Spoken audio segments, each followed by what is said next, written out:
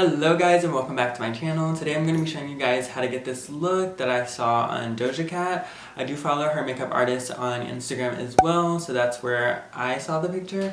I know it was like really popular on TikTok as well, like everyone was doing it, but I'm doing it over here. So my camera did end up cutting off like at the beginning of my face routine, so I do apologize, but I did get majority of the eye. So I am going to be sure to leave everything like linked below that I used, but I also mentioned that in the end of the video. So, oh my god, that hurt. So we're just going to get right into the video.